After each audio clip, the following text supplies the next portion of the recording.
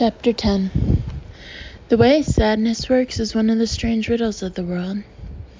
If you are stricken with a great sadness, you may feel as if you have been set aflame, not only because of the enormous pain, but also because your sadness may spread over your life like smoke from an enormous fire. You might find it difficult to see anything but your own sadness, the way smoke can cover a landscape so that all anyone can see is black. You may find that happy things are tainted with sadness, the way smoke leaves its ashen colors and scents on everything it touches.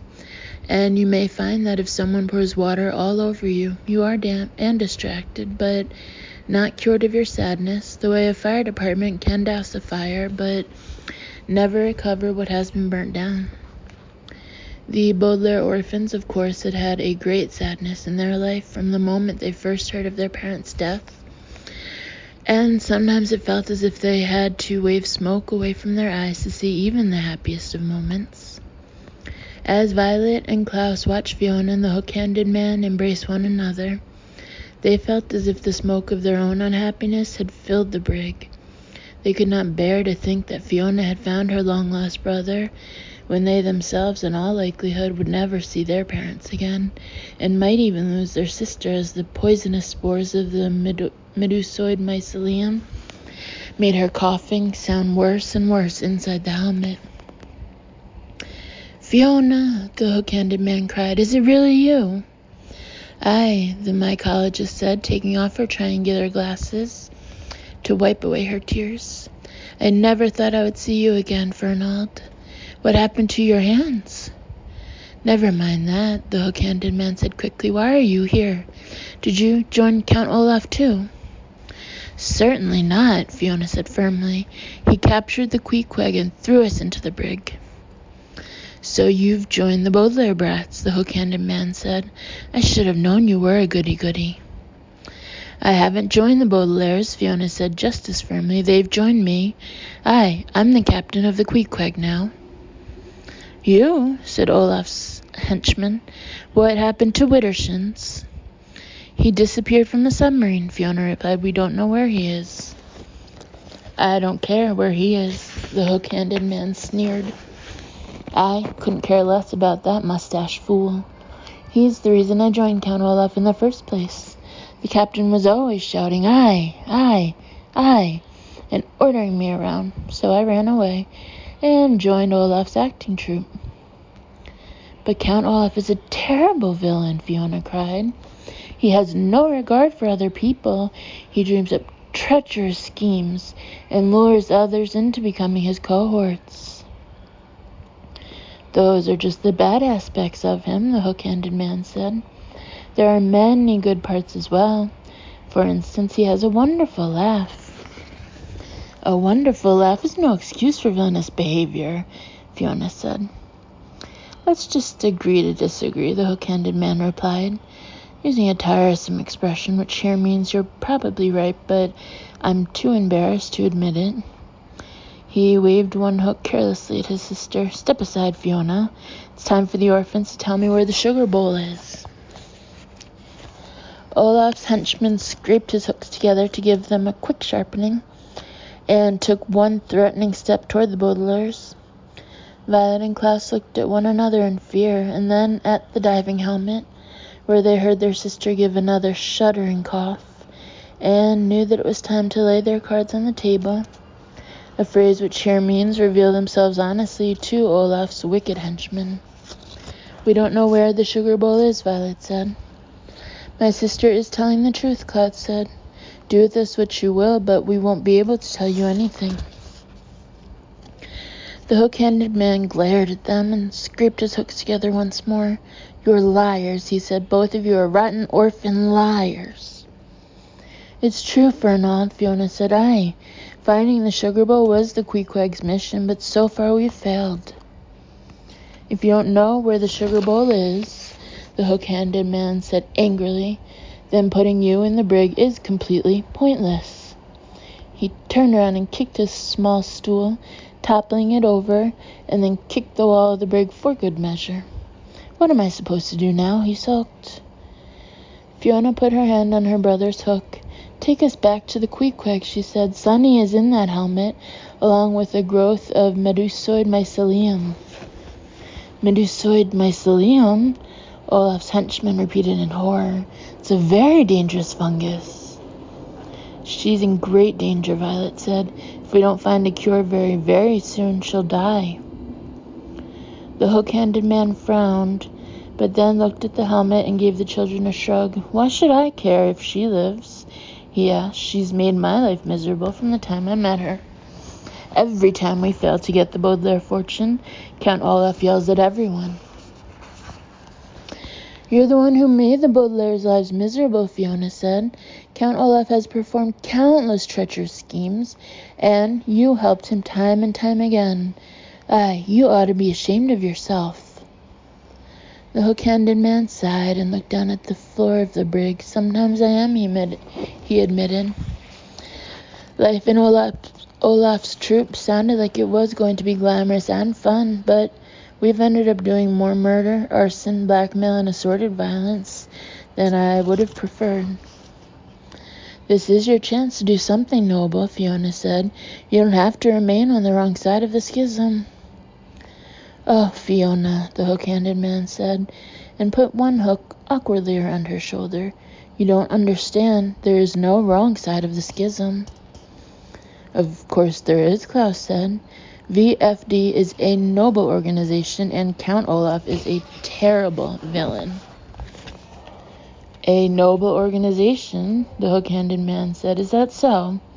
Tell that to your baby sister, you four-eyed fool.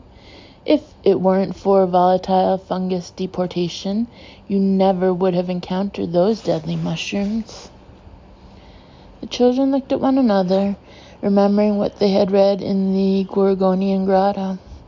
They had to admit that Olaf's henchman was right. But Violet reached into her pocket and drew out the newspaper clipping Sunny had found in the cave. She held it out so everyone could see the daily Punctilio article that the eldest Baudelaire had kept hidden for so long.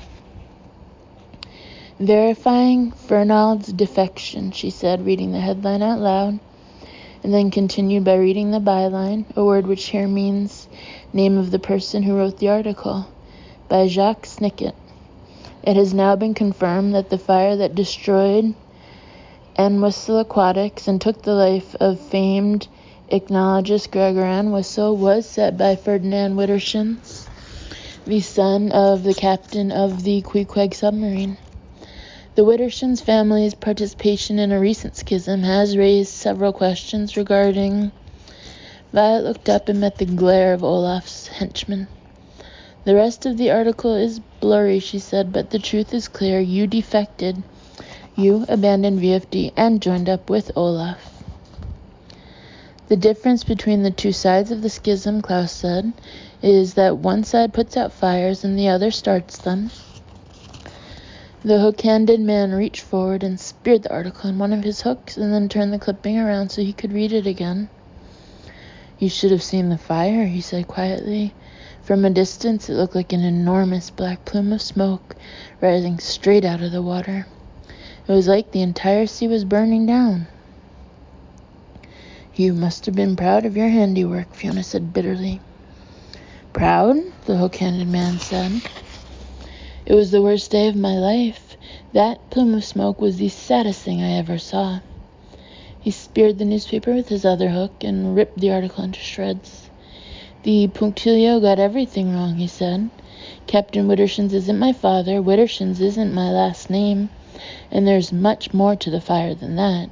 You should know that the Daily Punctilio doesn't tell the whole story, Baudelaire's.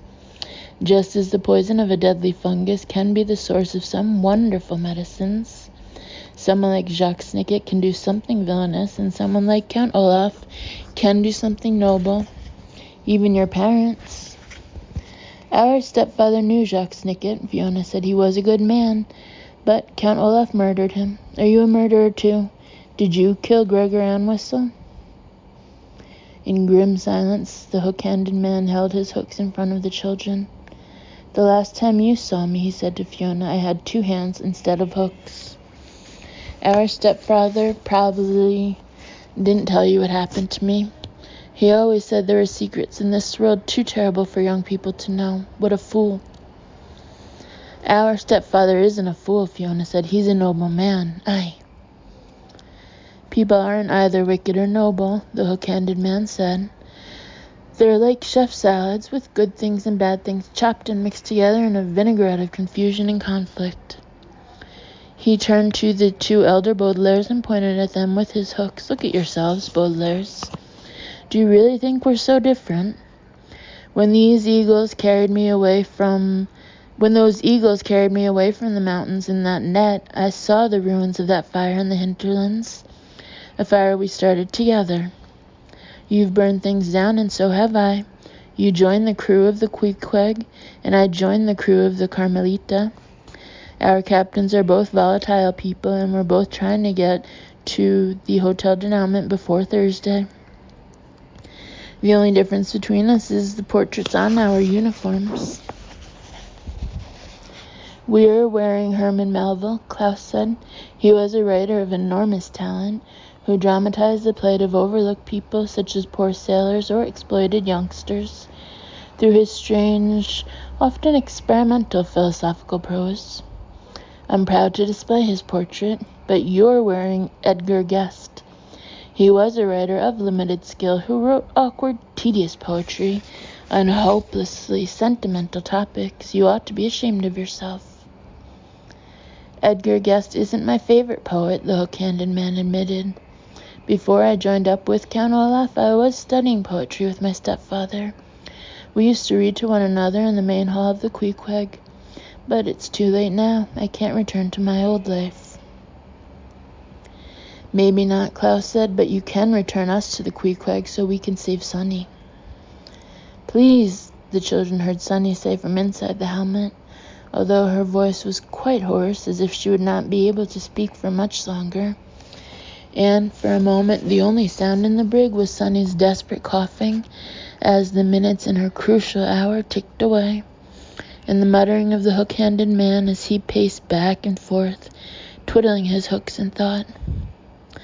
Violet and Klaus watched his hooks and thought of all the times he had used them to threaten the siblings. It is one thing to believe that people have both good and bad inside them, mixed together like ingredients in a salad bowl. But it is quite another to look at a cohort of a despicable villain who has tried again and again to cause so much harm, and try to see where the good parts are buried, when all you can remember is the pain and suffering he has caused.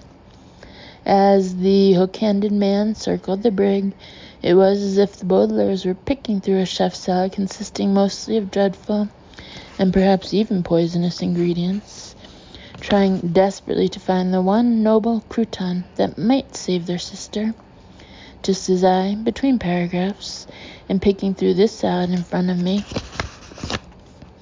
hoping that my waiter is more noble than wicked and that my sister Kit might be saved by the small herbed piece of toast I hope to retrieve from my bowl.